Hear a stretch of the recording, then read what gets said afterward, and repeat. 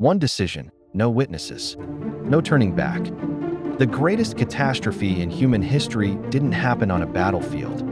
It happened in silence, under perfect skies, inside a garden where nothing was wrong, until everything was. Before we begin, like this video, comment your thoughts, subscribe to The Living Scroll, and share this story so others can uncover the hidden truth behind humanity's first fall. In the beginning, the world knew no fear, no sickness, no shame. The wind carried peace. Creation obeyed its creator, and humanity lived without secrets. Adam and Eve didn't just believe in God. They walked with him. Their lives were unbroken. But their freedom carried a cost. One rule, one boundary, one test of trust. That they shouldn't eat of the tree, of good and evil by all cost. But evil was watching patiently and waiting for the perfect moment to interfere. Eden was not just beautiful, it was alive. Rivers flowed with purpose. Trees bore fruit without effort. Animals knew no violence. Adam worked without exhaustion. Eve lived without fear. There were no shadows in the human heart. God gave them dominion over everything, except one tree. The tree of the knowledge of good and evil stood quietly in the garden, not guarded, not glowing, not threatening, just waiting. Because obedience only matters when disobedience is possible. The serpent did not attack, it questioned.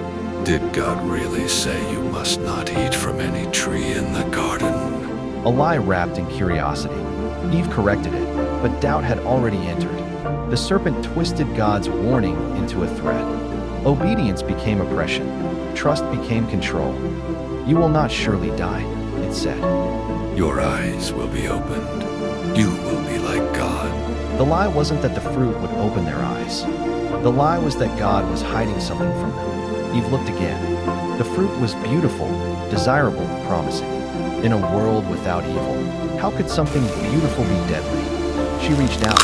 She took it. She ate. Then Adam, who stood there silently, also ate. No thunder, no explosion. Just a quiet fracture in creation. Their eyes opened, not to power, not to wisdom, but to shame. For the first time, they knew fear. They saw vulnerability. Innocence vanished. They covered themselves. They hid. And when God walked through the garden, his voice called out, Adam, where are you? Not because he didn't know, but because they were no longer where they once stood. Blame replaced unity. Adam blamed Eve for giving him the fruit of good and evil. When God questioned Eve, she blamed the serpent, explaining how she was deceived by the serpent. God's judgment followed, not as rage, but as consequence. The serpent was cursed. The ground was broken. Pain entered childbirth. Toil entered work. Death entered existence. Humanity was exiled, not because God stopped loving them, but because paradise could not survive corruption. The world would never be the same. Yet even as Eden closed, hope opened. God promised that one day, the offspring of humanity would crush the serpent's head. Evil would wound, but not win. From that moment on, history became a rescue mission. Every war, every failure, every cry for salvation, all traced back to this choice. The fall of Adam and Eve wasn't just about fruit. It was about trust and freedom, about believing a lie instead of the truth. Every generation since has faced the same question.